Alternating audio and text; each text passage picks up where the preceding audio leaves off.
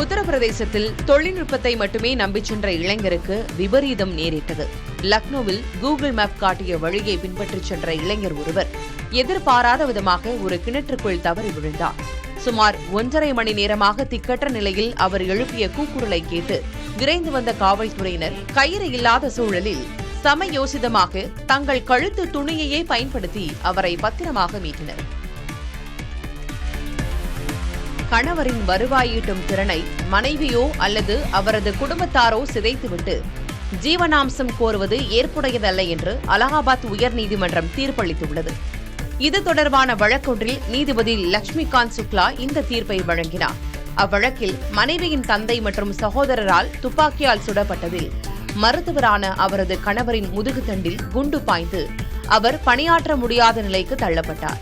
தன் குடும்பத்தினரின் குற்றச்செயலால் கணவரை முடக்கிவிட்டு வருவாய் இழந்த அவரிடமே பராமரிப்பு தொகை கேட்பது பெரும் அநீதி என குறிப்பிட்டு மனைவியின் மனுவை நீதிபதி தள்ளுபடி செய்தார்.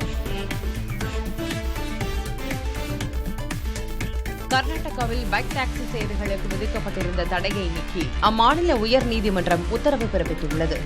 கர்நாடக அரசு சுட்டிக்காட்டிய பாதுகாப்பு அச்சுறுத்தல்களை ஏற்றுக்கொண்ட உயர்நீதிமன்ற தனி நீதிபதி பைக் டாக்ஸி சேவைக்கு கடந்த ஆண்டு தடை விதித்திருந்தது. இதற்கு எதிரான வழக்கை விசாரித்த உயர்நீதிமன்ற அமர்வு முறையான விதிமுறைகளை வகுத்து இச்சேவையை அனுமதிக்க அரசுக்கு உத்தரவிட்டது. இந்த தீர்ப்பு பைக் டாக்ஸி ஓட்டுநர்களுக்கும் பொதுமக்களுக்கும் நிம்மதி அளித்துள்ளது. சென்னை வானிலை ஆய்வு மையத்தின் அறிவிப்பின்படி நாகை மாவட்டத்தின் பல்வேறு பகுதிகளில் மழை பெய்தது. குறிப்பாக நாகூர், வேளாங்கண்ணி, பெரங்களம்பனூர், திட்டச்சேரி உள்ளிட்ட பகுதிகளில் மிதமான மழை பெய்தது. இதனால் புதிய பெருநிலையம் உள்ளிட்ட ஒரு சில பகுதிகளில் மழைநீர் தேங்கியதால் வாகன ஓட்டிகள் அவதி அடைந்தனர். இதேபோல் திருவாரூர் மாவட்டத்திலும் அதிகாலை சாரல் மழை பெய்தது. இதனால் அறுவடை பணிகள் பாதிக்கப்பட்டுள்ளதால் விவசாயிகள் கவலையடைந்துள்ளனர்.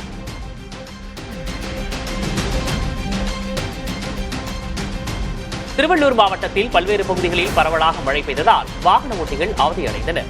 அதிகாலை செங்குன்றம், சோழவரம், காரனோடை, பொன்னேரி, மீஞ்சூர், பழவேற்காடு உள்ளிட்ட பகுதிகளிலும் கடலோர பகுதிகளிலும் பரவலாக மழை பெய்தது. இதனால் சாலைகளில் தேங்கிய மழைநீரால் வாகன ஓட்டிகள் அவதியடைந்தனர்.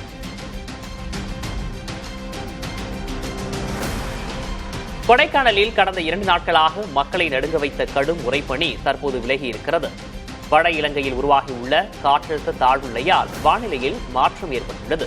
ஈரப்பதமான காற்றால் கொடைக்கானலில் உறைபனி குறைந்து நீர்ப்பனியாக மாறியுள்ளது. தென் தமிழகத்தில் இன்றும் நாளையும் மழை பெய்ய வாய்ப்புள்ளதாகவும் சமவெளி பகுதிகளில் பனிமூட்டம் குறைய தொடங்கியுள்ளதாகவும் தெரிவிக்கப்பட்டுள்ளது. கொடைக்கானலை விரும்பும் சுற்றுலா பயணிகளுக்கு இது இதமான செய்தியாக அமைந்துள்ளது.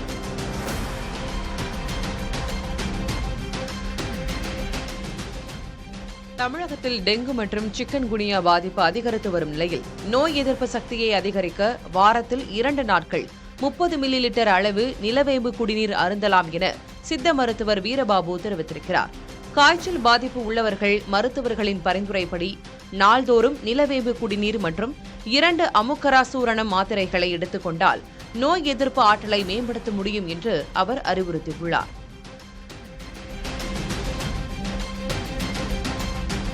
சென்னையில் ஆவண தங்கம் விலை இன்று சவரனுக்கு 560 ரூபாய் அதிகரித்துள்ளது. அதன்படி ஒரு சவரன் தங்கம் 1,16,960 ரூபாய்க்கு விற்பனை செய்யப்படுகிறது. 1 கிராம் தங்கம் 70 ரூபாய் உயர்ந்து 14,620 ரூபாய்க்கு விற்பனையாகிறது. இதேபோல் வெள்ளி விலையும் இன்று அதிகரித்துள்ளது. வெள்ளி கிராமுக்கு 10 ரூபாய் உயர்ந்து 355 ரூபாய்க்கும், 1 கிலோ வெள்ளி 10,000 ரூபாய் உயர்ந்து 3,55,000 ரூபாய்க்கும் விற்பனை செய்யப்படுகிறது. தங்கம், வெள்ளி விலை இதுவரை இல்லாத அளவுக்கு உயர்ந்து வருவது மக்கள் மத்தியில் கலக்கத்தை ஏற்படுத்தியுள்ளது.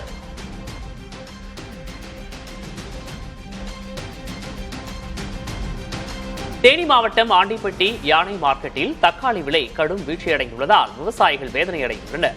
கடந்த வாரம் 1 கிலோ 35 ரூபாய் வரை ஏலப்போன நிலையில் தற்போது வரத்து அதிகரிப்பு மற்றும் முகூர்த்த நாட்கள் இல்லாததால் விலை பாதியாக சரிந்து 1 கிலோ வெறும் 15 ரூபாய்க்கு மட்டுமே விற்பனையாகிறது. 14 கிலோ கொண்ட ஒரு பெட்டி தக்காளி 220 ரூபாய் வரை மட்டுமே ஏலப்போவதால் பறிப்பு கூலி கூட கிடைக்காததால் அரசு கூடுதல் விலை நிர்ணயம் செய்ய வேண்டும் எனவும் விவசாயிகள் கோரிக்கை விடுத்துள்ளனர்.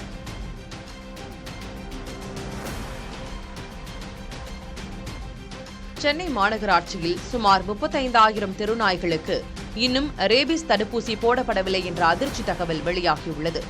கடந்த ஆகஸ்ட் முதல் டிசம்பர் வரை நடைபெற்ற தீவிர வெறிநாய்க்கடி தடுப்பூசி முகாமில் 1.8 லட்சம் நாய்களுக்கு தடுப்பூசி போட இலக்கு நிர்ணயிக்கப்பட்டது. இதில் 85 விழுக்காடு நாய்களுக்கு தடுப்பூசி செலுத்தப்பட்டு விட்டதாக மாநகராட்சி கூறுகிறது. இருப்பினும் சுமார் 35,000 நாய்களுக்கு இன்னும் தடுப்பூசி போடப்படவில்லை என்று கூறப்படுகிறது. குறிப்பாக மாநகராட்சியுடன் இணைக்கப்பட்ட புதிய பகுதிகளில் நாய்களின் தொல்லை அதிகமாக இருப்பதாக புகார்கள் எழுகின்றன.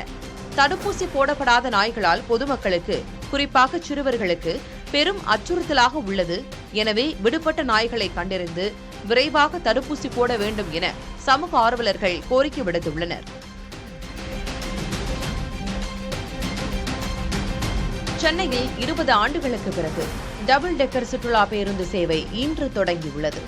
வாலாஜி சாலையில் தொடங்கும் இந்த பேருந்து சேவை LIC, Spencer plaza, bodyguard Muniyappan கோயில், தலைமைச் செயலகம், மெரினா கடற்கரை, வானிலை நிலையம் வரை இயக்கப்பட்டு மீண்டும் ஓமந்தூரார் மருத்துவமனையில் நிறைவடையும். இதில் பயணிக்க பெரியவர்களுக்கு 200 ரூபாயும் சிறியவர்களுக்கு 150 ரூபாயும் வசூலிக்கப்படுகிறது. இந்த தொகை ஆட்டோ கட்டணத்தை விட அதிகமாக இருப்பதாக பயணிகள் தெரிவிக்கின்றனர். இதுகுறித்து சுற்றுலாத்துறை அதிகாரிகளை அணுகிய போது மின்சார வகை பேருந்து என்பதால் பராமரிப்பு செலவை கருத்தில் கொண்டு கட்டணம் நிர்ணயம் செய்யப்பட்டிருப்பதாக விளக்கமளித்தனர்.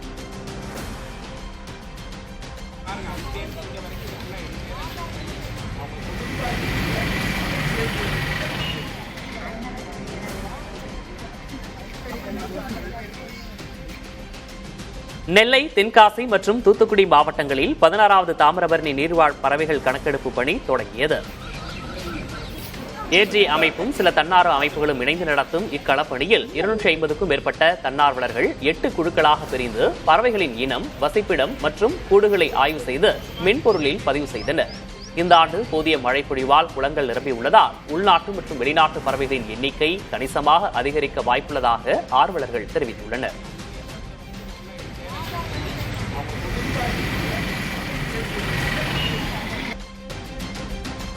மதுரை மாவட்டம் திருமங்கலம் அருகே உள்ள வடக்கம்பட்டியில் முனியாண்டி சுவாமி திருக்கோயில் 91ஆம் ஆண்டு பூஜை விழா வெகு விமர்சையாக நடைபெற்றது.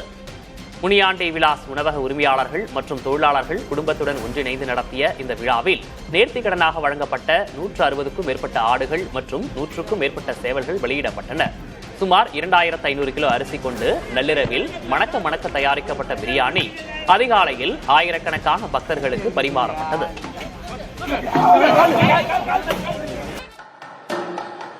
திருச்சி ஸ்ரீரங்கம் அரங்கநாதர் கோயிலில் தைத்தேர் திருவிழா கோலாகலமாக நடைபெற்று வருகிறது. நேற்று அதிகாலை கொடியேற்றத்துடன் விழா தொடங்கிய நிலையில் மாலையில் நம்பெருமாள் திருச்சிவிகை வாகனத்தில் எழுந்தருளி 4 உத்தர வீதிகளிலும் விழா வந்து பக்தர்களுக்கு அருள் பாலித்தார். விழாவின் முக்கிய நிகழ்வான தைத்தேரோட்டம் வரும் 31ஆம் தேதி நடைபெறுகிறது.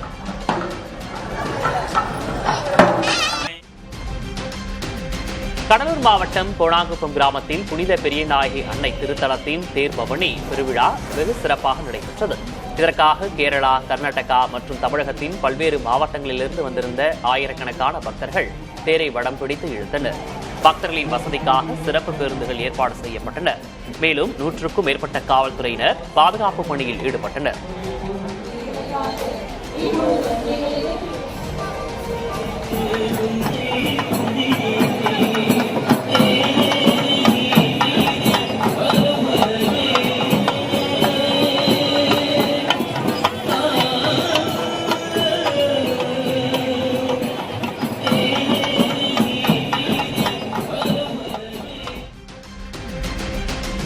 ராமநாதபுரம் மாவட்டம் முதுகுளத்தூர் அருகே முத்துராமலிங்கபுரப்பட்டி கிராமத்தில் வள்ளி தேவசேனா சமேத செந்தில்லாண்டவர் கோயில் கும்பாபிஷேகம் நடைபெற்றது. இதையொட்டி 4 கால யாகசாலை பூஜைகளுக்கு பிறகு கடம் புறப்பட்டு கோயிலை வலம் வந்து விமான கோபுரங்களில் புனித நீர் ஊற்றப்பட்டு கும்பாபிஷேகம் நடைபெற்றது.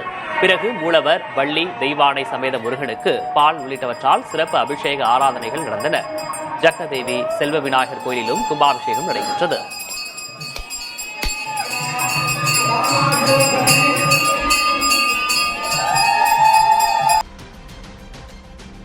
குடியரசு தின விழாவை முன்னிட்டு ஜனவரி 26ஆம் தேதி சென்னை போக்குவரத்து காவல்துறை போக்குவரத்து மாற்றங்களை அறிவித்துள்ளது. மெரினா காமராஜர் சாலையில் காந்தி சிலை முதல் போர் நினைவு சின்னம் வரை திங்கட்கிழமை காலை 6 மணி முதல் நிகழ்ச்சி முடியும் வரை வாகனங்கள் அனுமதிக்கப்பட மாட்டாது என தெரிவிக்கப்பட்டிருக்கிறது. அடையாறிலிருந்து பிராட்வே செல்லும் வாகனங்கள் காந்தி சிலை சந்திப்பிலிருந்து டாக்டர் ராதாகிருஷ்ணன் சாலை, ராயப்பேட்டை மற்றும் அண்ணா சாலை வழியாக திருப்பிவிடப்படும். மயிலாப்பூர் பகுதியிலிருந்து வரும் வாகனங்கள் ராயப்பேட்டை வழியாக தங்கள் இலக்கை அடையலாம். டாக்டர் பெசன்ட் சாலை, பாரதி சாலை மற்றும் வாலாஜா சாலையிலிருந்து காமராஜர் சாலை நோக்கி வரும் வாகனங்கள் ஐஸ் ஹவுஸ் மற்றும் பெல்ஸ் ரோடு சந்திப்புகளிலேயே திருப்பிவிடப்படும். அதேபோல் பாரிமுனையிலிருந்து அடையாறு நோக்கி செல்லும் வாகனங்கள் ரிசர்வ் வங்கி சுரங்கப்பாதையை தவிர்த்து அண்ணா சாலை மற்றும் ராயப்பேட்டை மணிக்கூண்டு வழியாக செல்ல அறிவுறுத்தப்பட்டுள்ளது. அண்ணா சதுக்கம் பேருந்து நிறுத்தம் தற்காலிகமாக சிந்தாதிரிப்பேட்டை ரயில் நிலையம் அருகே மாற்றப்பட்டிருக்கிறது. மேலும் அண்ணா சாலை மற்றும் வாலாஜா பாயிண்ட் சந்திப்பிலிருந்து போர் நினைவு சின்னம் நோக்கி வாகனங்கள் செல்ல அனுமதி இல்லை. இந்த மாற்றங்களை கருத்தில் கொண்டு பொதுமக்கள் தங்களது பயணத்தை திட்டமிடுமாறு போக்குவரத்து காவல்துறை கேட்டுக் கொண்டுள்ளது. உத்தரப்பிரதேச மாநிலம் ஜான்பூரில் மருத்துவ படிப்பில் மாற்றுத்திறனாளிகளுக்கான இடஒதுக்கீட்டை பெறுவதற்காக சூரஜ் பாஸ்கர் என்ற இளைஞர் தனது காலின் ஒரு பகுதியை தானே வெட்டிக் கொண்ட அதிர்ச்சி சம்பவம் நிகழ்ந்திருக்கிறது. முதலில் மர்ம நபர்கள் தன்னை தாக்கியதாக அவர் நாடகமாடினார். ஆனால் காவல்துறையினரின் விசாரணையில் சம்பவம் நடந்த இடத்தில் மயக்க மருந்து மற்றும் வெட்டும் இயந்திரம் கண்டெடுக்கப்பட்டன. மருத்துவ இடத்திற்காகவே இந்த விபரீத முடிவை அவர் திட்டமிட்டு செய்தது அவரது நாட்குறிப்பின் மூலம் அம்பலமானது.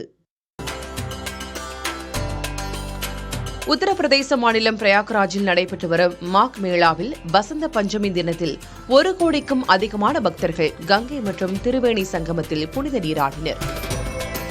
கங்கை, யமுனை மற்றும் சரஸ்வதி நதிகள் கூடும் இந்த இடத்தில் நீராடுவது விசேஷமானது என்பதால் பக்தர்கள் மஞ்சள் ஆடை அணிந்து சரஸ்வதி தேவியை வழிபட்டனர்.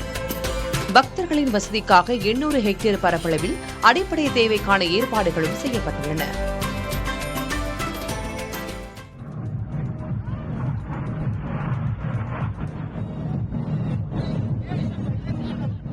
மகாராஷ்டிரா மாநிலம் நாசிக்கில் நடைபெற்ற வான் சாகச நிகழ்ச்சி பார்வையாளர்களை வெகுவாக கவர்ந்தது.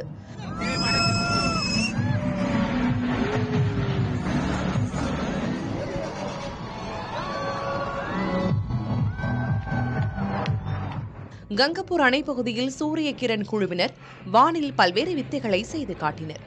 இந்திய விமானப்படை நிகழ்ச்சியை இலவசமாக நடத்துவதாக கூறினாலும் கூட்டத்தை நிர்வகிக்க மாவட்ட நிர்வாகம் மக்களிடம் கட்டணம் வசூலித்தது மக்களிடையே குழப்பத்தை ஏற்படுத்தியது. இதற்கு விமானப்படை அதிருப்தி தெரிவித்திருக்கிறது. எனினும் அதிக அளவில் கூட்டம் கூடியதால் கட்டணம் வசூலிக்க வேண்டிய நிலை ஏற்பட்டதாக மாவட்ட ஆட்சியர் விளக்கமளித்திருக்கிறார்.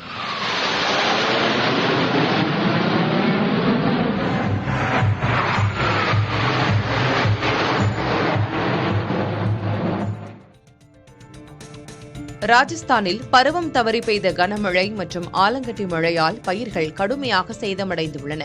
80 விழுக்காடு வரை பயிர்கள் நாசமாகியுள்ளதாக விவசாயிகள் கவலை தெரிவித்துள்ளனர். அரசு உடனடியாக சேத மதிப்பீடு செய்து தங்களுக்கு உரிய இழப்பீடு வழங்க வேண்டும் என்று அவர்கள் கண்ணீருடன் கோரிக்கை விடுத்துள்ளனர். இந்நிலையில் வரும் நாட்களிலும் இடியுடன் கூடிய மழை பெய்ய வாய்ப்பிருப்பதாக வானிலை ஆய்வு மையம் எச்சரித்துள்ளது.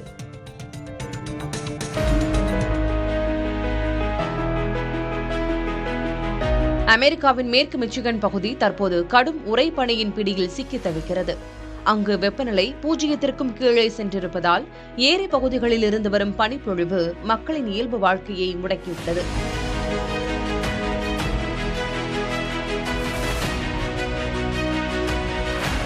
குளிரின் தாக்கம் -25 டிகிரி ஃபாரன்ஹீட் வரை உணரப்படுவதால் வெளியே செல்பவர்களுக்கு வெறும் 15 நிமிடங்களில் தோள்கள் உறையும் அபாயம் ஏற்பட்டுள்ளது.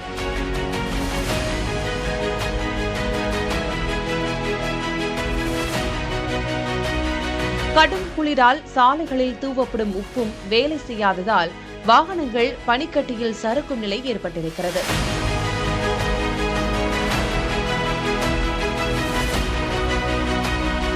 அங்குள்ள ஏரி பனிப்படலமாக மாறியுள்ளது. இன்று குளிர் சற்றே குறைந்தாலும் நாளை மீண்டும் ஒரு பனிப்புயல் தாக்க காத்திருக்கிறது.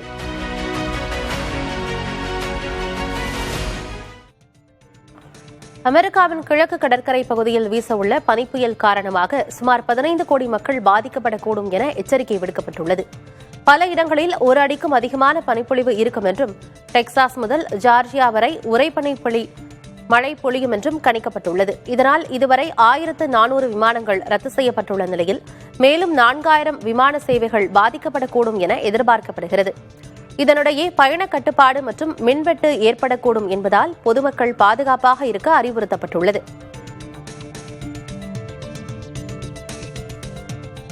மதுரை மாவட்டம் திருமங்கலம் அருகே உள்ள வடக்கம்பட்டியில் முனியாண்டி சுவாமி திருக்கோயிலில் 91ஆம் ஆண்டு பூஜை விழா வெகு விமரிசையாக நடைபெற்றது. முனியாண்டி விலாஸ் உணவக உரிமையாளர்கள் மற்றும் தொழிலாளர்கள் குடும்பத்துடன் ஒன்றிணைந்து நடத்திய இந்த நிகழ்ச்சியில் நேர்த்திக்கடனாக வழங்கப்பட்ட 160க்கும் மேற்பட்ட ஆடுகள் மற்றும் 100க்கும் மேற்பட்ட சேவல்கள் பலியிடப்பட்டன. சுமார் 2500 கிலோ அரிசி கொண்டு நள்ளிரவில் மணக்க மணக்க தயாரிக்கப்பட்ட பிரியாணி அதிகாலையில் ஆயிரக்கணக்கான பக்தர்களுக்கு பரிமாறப்பட்டது.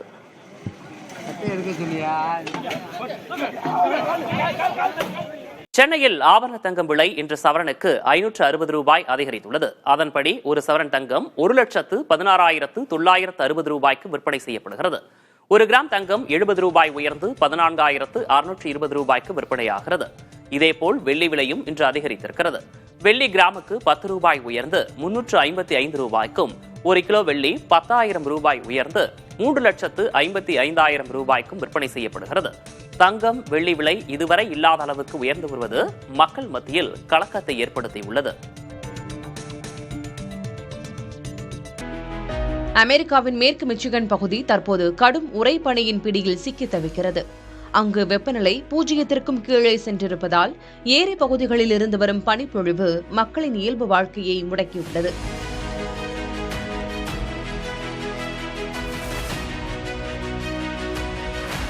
குளிரின் தாக்கம் -25 டிகிரி ஃபாரன்ஹீட் வரை உணரப்படுவதால் வெளியே செல்பவர்களுக்கு வெறும் 15 நிமிடங்களில் தோள்கள் உறையும் அபாயம் ஏற்பட்டுள்ளது.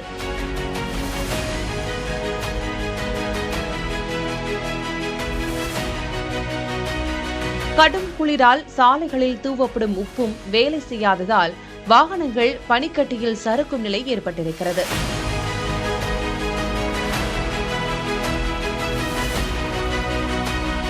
அங்குள்ள ஏரி பனிப்படலமாக மாறியுள்ளது. இன்று குளிர் சற்றே குறைந்தாலும் நாளை மீண்டும் ஒரு பனிப்புயல் தாக்க காத்திருக்கிறது.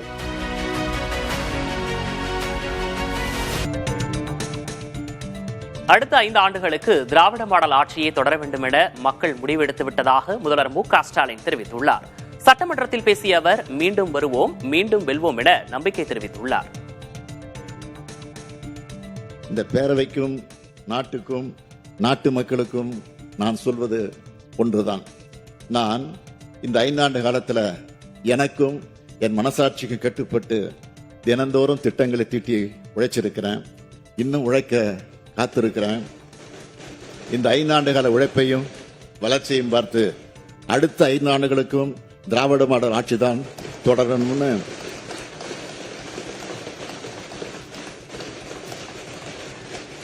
அடுத்த 5 ஆண்டுகளுக்கும் திராவிட மாடல் ஆட்சி தான் தொடரணும்னு தமிழ்நாட்டு மக்கள் முடிவு பண்ணிட்டாங்க. எனக்கு என்னை விட தமிழ்நாட்டு மக்கள் மேல கூடுதலான நம்பிக்கை இருக்கு. உறுதியா சொல்றேன், நாங்கள் தான் மீண்டும் வருவோம், நாங்கள் தான் மீண்டும் வருவோம், மீண்டும் மீண்டும் வருவோம், மீண்டும் வெல்வோம், மீண்டும் செல்வோம், மீண்டும் வெல்வோம், மீண்டும் வெல்வோம். நன்றி. டார்ச் லைட் சின்னத்தில்தான் மக்கள் நீதி மய்யம் போட்டியிடும் என அக்கட்சித் தலைவர் கமல்ஹாசன் தீர்க்கமாக இருப்பதாக தகவல்கள் வெளியாகியுள்ளன. 234 தொகுதியிலும் போட்டியிடும் வகையில் மக்கள் நீதி மய்யத்திற்கு பொது சின்னமாக டார்ச் லைட் சின்னத்தை தேர்தல் ஆணையம் மீண்டும் ஒதுக்கியது.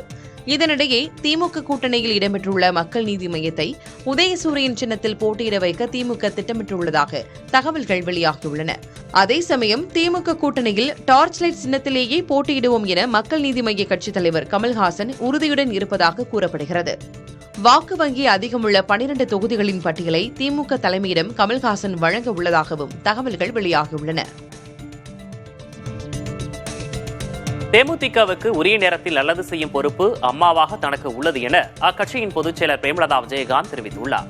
4ஆம் கட்ட பரப்புரை பயணத்தை தூத்துக்குடியிலிருந்து பிரேமலதா விஜயகாந்த் தொடங்குகிறார். இதற்காக சென்னை விமான நிலையத்திலிருந்து புறப்பட்ட அவர் செய்தியாளர்களை சந்தித்து பேசினார். அப்போது தேமுதிகவை குழந்தையாக பாவித்து கூட்டணி குறித்து பிரேமலதா விஜயகாந்த் விளக்கம் அளித்துள்ளார். தாமதம்லாம் ஒன்றுமே இல்லைங்க. எலெக்ஷன் டேட் அறிவிச்சிட்டாங்களா, யார் யார் எந்த தொகுதி அறிவிச்சிட்டாங்களா, வேட்பாளர் அறிவிச்சிட்டாங்களா, நிறைய டைம் இருக்குது. February 20th பிறகு தான் டேட் டிக்ளேர் பண்ண போகிறாங்க. So we have lot of time. அதனால் நாங்கள் தேமுதிக எங்கள் குழந்தை, அவங்களுக்கு என்ன எப்போ நல்லது பண்ணணும்னு ஒரு அம்மாவாக எனக்கு கடமைகள் பொறுப்பு அதிகமாக இருக்குது.